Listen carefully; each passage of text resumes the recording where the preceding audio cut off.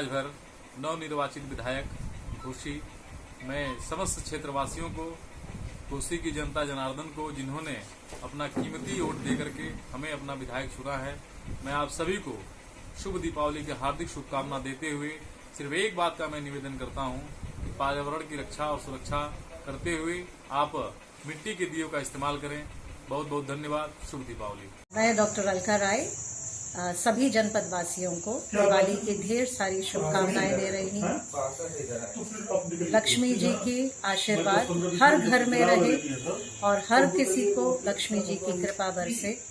दीपावली की बहुत बहुत शुभकामनाएं। धन्यवाद। मैं राजीव जौहरी, जिला मंत्री भारतीय जनता पार्टी, डायरेक्टर जौहरी ज्वेलर्स मऊ, आप सभी देशवासी, प्रदेशवासी, नगरवासी, क्षेत्रवासी सभी को दीपावली के महापर्व पे हार्दिक अभिनंदन, वंदन, स्वागत करते हैं। नाजरीन, आप देख रहे हैं हमारे यूट्यूब चैनल आग मऊ। मैं हूं नौशाद अंसारी। अस्सलाम वालेकुम।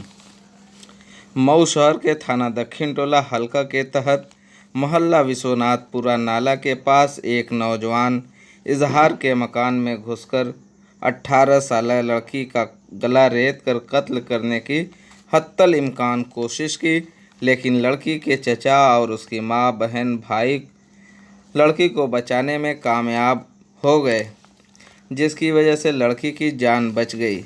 पूरे सानेह के पीछे आसनाई का मामला रोशनी में आ रहा है। इस हादसे की खबर जैसे ही लोगों को मालूम हुई, लड़की के घर के पास सैकड़ों की भीड़ जमा हो गई। सानेह की खबर मिलते ही साबिक चेयरमैन अरशद जमाल और चेयरमैन मोहम्मद तैयब पालकी के अलावा दिगर समाजी सियासी अफराद जाए हादसा पर पहुंच गए और लोगों से अहवाल दरियाफ्त किया। मौसूला खबरों के मुताबिक थाना कोतवाली हल्का के मोहल्ला रघुनाथपुरा के रहने वाले अबुल हसन का लड़का आसिफ ने लड़की के घर में घुसकर नरी भर रही लड़की को खींचकर सीढ़ी की चौकी पर ले गया और वहां उसे पटक कर गर्दन पर छुरी चलाते हुए कत्ल करने की पूरी कोशिश की। लड़की की चीख पुकार की वजह से उसके चचा सीढ़ी पर पहुंच गए और लड़के को पैर से धक्का देकर लड़की की जान बचाई। अगर कुछ लम्हे की ताख़ीर होती तो लड़की का सर जिस्म से जुदा हो गया होता। लड़की को बचाने में उसकी मां, एक भाई और एक बहन मामूली तौर से ज़ख्मी हो गए। ज़ख्मी हालत में लड़की को इलाज के लिए ज़िला अस्पताल में दाखिल कराया गया, जहां पर उसकी हालत खतरे से बाहर बताई जा रही है। इस दौरान घर वालों ने लड़के को पकड़कर पुलिस के हवाले कर दिया। पुलिस पूरे मामले की तफ्तीश में जुट गई है। आग न्यूज़ से नौशाद अहमद की खास रिपोर्ट। क्या नाम है आपका? मेरा नाम इंतखाब है। क्या हुआ था? कैसे आपकी बहन को चाकू मारा? घर पे कोई था नहीं, ये लोग अपना काम कर रही थी। रघुनाथपुरा को लड़का आया तो ये आके मारा है। उसको पुलिस ने गिरफ्तार कर लिया? पुलिस ने गिरफ्तार कर लिया है। तो कितने लोग थे? अकेला था। अकेले थे। क्या वजह निकल के सामने आई? वजह कुछ नहीं मालूम है, मैं तो घर पे था नहीं। मैं रघुनाथ ये डोमनपुरा रहता था। तो क्या उसको पहचानते हो उस लड़के को? नहीं, लड़के को मैं नहीं पहचानता हूँ। कब की घटना है? अरे ये 2 बजे की घटना है। क्या है पूरा मामला? घटना बताइए, मामला क्या है, क्या हुआ है? दरवाजा बाहर का खुला था, इसके अब्बा नहीं थे, वो के भाइयों नहीं था। नहीं रही मशीन के लंग लड़की जो कि गर्दन कटी भरत रही आवा बस एकदम मछलियाँ के लंग 5 हो गई। बस पहले एक लंगा के बाद फिर छोड़ के भागे दूसरे छोड़ा, फिर मोरी लंगा हुआ मोर भागे लगी ना तो दुनिया नरवा भरत रही। बस एक लंगा तो चला। जो आपकी लड़की है क्या कर रहा था? नरी भरत। किससे हमला किया? किससे मारा है? कितने लोग को मारा है चाकू से? 3 को। कौन है ये? कौन लड़का है ये? एक रघुनाथपुरा का लड़का आसिफ नाम का है, करीब 20 साल उम्र होगी मेरे ख्याल से, 20-21 साल उम्र होगी। बिहार के घर में विश्वनाथपुरा घुसा और लड़की के ऊपर हमला कर दिया। बचाव किया तो उसकी मां को भी मारा और उसकी बहन को भी मारा, जिससे चोटें आ गई। किस चीज़ से मारा? ये चाकू का इस्तेमाल किया। क्या वजह है? क्या लगता है? अब ये तो जांच से पता लगेगा, मगर फिलहाल घटना हुई है, घटना के बारे में जानकारी है। ऐसा हुआ, लोगों ने पकड़ लिया उसको, मुलजिम को पकड़ लिया, पुलिस आई मौके पर फौरन और पुलिस ले गई थाने में, उसको पूछताछ कर रही है। और कितने लोग घायल हैं यहाँ पे? एक का शायद आपसे चल रहा है क्या? एक बच्ची के गर्दन पर उसने गला रेतने की कोशिश किया और चाकू भी वहीं पड़ा हुआ है, चाकू टूट गया। और फिर उसके बाद उसकी माँ को भी चाकू लगी है, उसकी छोटी बहन को भी चाकू लगी है, और एक छोटा भाई है, इसके ऊपर सीने ऊपर इसको मारा गया है। कहाँ चोट लगी बेटा? यहीं टेबल से मारा है उसको, मतलब बिल्कुल आक्रामक हो गया था। चलो, क्या है घटना आज की पूरी? देखिए, ये थाना दक्षिण टोला का मामला है। उसमें पड़ता है मोहल्ला विश्वनाथपुरा। मोहल्ला विश्वनाथपुरा में इजहार अहमद साहब का एक मकान है। तो उनके मकान में एक लड़का आसिफ नाम का, उसके पिताजी का नाम अबुल हसन मरहूम है, रघुनाथपुरा के रहने वाले हैं। अब जो भी मामला रहा वो घर में घुसा है, और जो लोग मौके पे मौजूद थे उनका कहना ये है कि वो घर में घुसा है तो लड़की जो है, एक 18 साल की सुमैया नाम की लड़की जो है, वो वहाँ नरी भर रही थी। तो उसको वहाँ से पकड़ा, गर्दन से पकड़ के घसीटते हुए सीढ़ी का जो चौकी नहीं होती है, चौकी पर लेके गया और एक छुरी लिए हुए थे, बड़ी सी छुरी, और उस छुरी से पटक के उसको दबा करने लगा।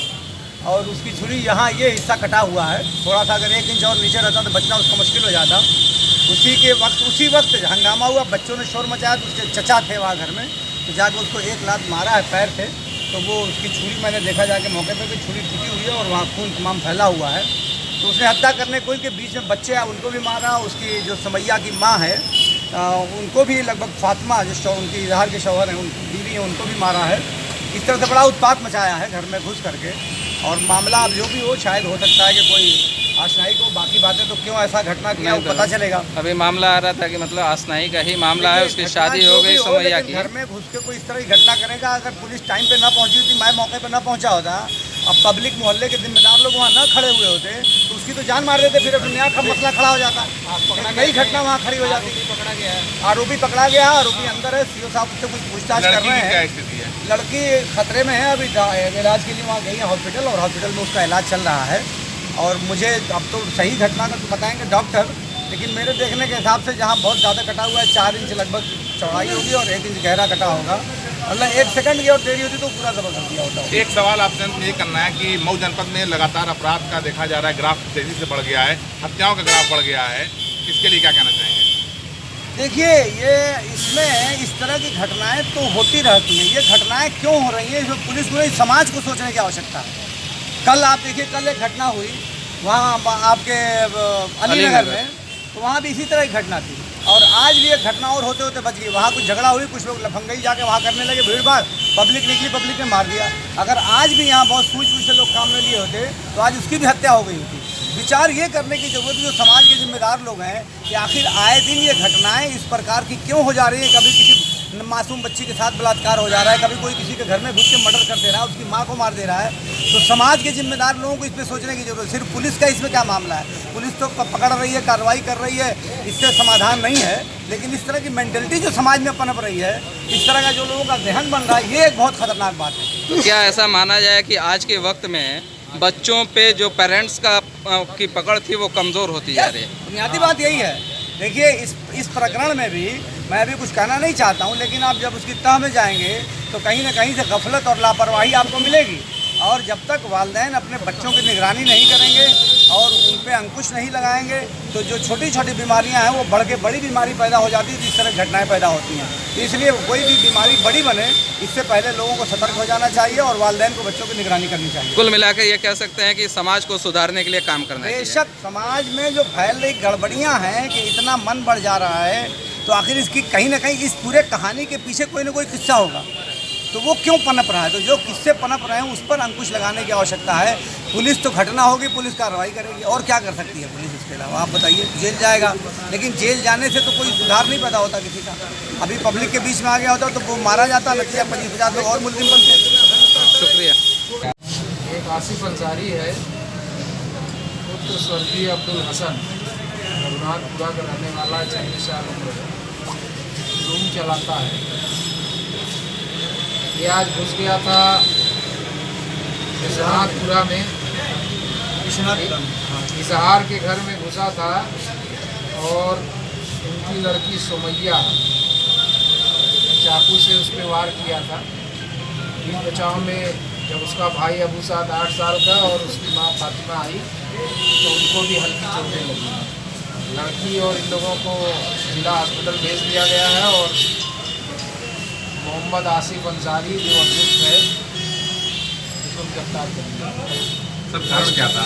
Investigation, matter is under investigation, कारण का भी पता चलेगा तो आपको अलग से सूचित करेंगे। सुमैया शादीशुदा है सर या शादी अनमैरिड है और यही है, आगे कार्रवाई की जाएगी। ठीक। ये तस्वीर जो हम आपको दिखा रहे हैं ये वही मुकाम है जहाँ से उसने सुमैया को खींचकर सीढ़ी पर ले गया। आइए हम आपको दिखाते हैं सीढ़ी के ऊपर किस तरीके से ले गया और वहाँ पे जाकर उसको पटक कर कत्ल करने की कोशिश की, किस तरीके से खून पड़ा हुआ है और वहीं पे छुरी भी पड़ी हुई है। देखिए सामने है तस्वीर, आप खुद देख सकते हैं कितना दिल दहला देने वाली ये सीन है, कितना खौफनाक मंजर। आप कौन है? आप कौन है उनके? मैं उनका चचा हूँ। अच्छा, तो क्या क्या मामला है आज, कैसे क्या हुआ? कैसे क्या हुआ कि ये मतलब जैसे इसकी बहन थी जी, उसकी शादी हुई थी, अभी हफ्ता भर हुआ जी, तो वहाँ जी, तो वो बोल रहा था कहाँ शादी हुई है, क्यों हुई है, यह सब तो नंबर मांगत रहा था उसका, तो ये सब नहीं दे रहे थे, उसी देर घुस के हमला कर दिया। अच्छा, वो डायरेक्ट कहा कि घर में घुस के हमला कर दिया। हाँ, वो लड़का कौन है? आसिफ नाम है। वो है कौन आखिर? वो ऐसा क्यों किया? पूरा का है। तो मतलब क्या इनसे उनका संबंध था कुछ? पहले से रहा तभी ना। जी जी, तो उसने आके सीधे ऐसी हरकत करके उनको अंजाम दिया। उनकी माँ को मारा है, एक उनकी बहन को और काटा है उंगली। अच्छा, और एक छोटे भाई उसका वो लोग हैं यहाँ पे वो जिनको घायल है? एसपी साहब अंदर हैं। अच्छा, तो जैसा कि आपने सुना कि मतलब कुछ प्यार का चक्कर था जिसको लेके यहाँ पे देख सकते हैं कि हथियार के टुकड़े पड़े हुए हैं, जिसे यहाँ पे बता रहे हैं कि लड़की को पटक के यहाँ पे जबह कर दिए हैं और ये ब्लड है, यहाँ पे देख सकते हैं।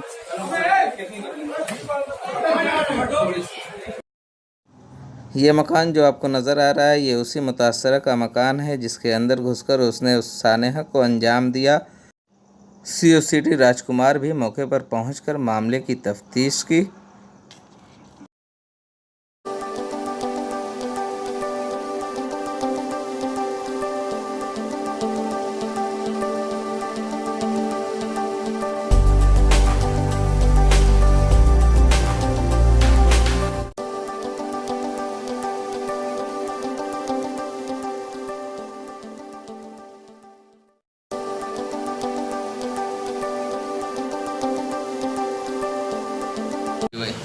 मैं राजीव कुमार सैनी, सभासद प्रतिनिधि वार्ड नंबर 7 बीटी।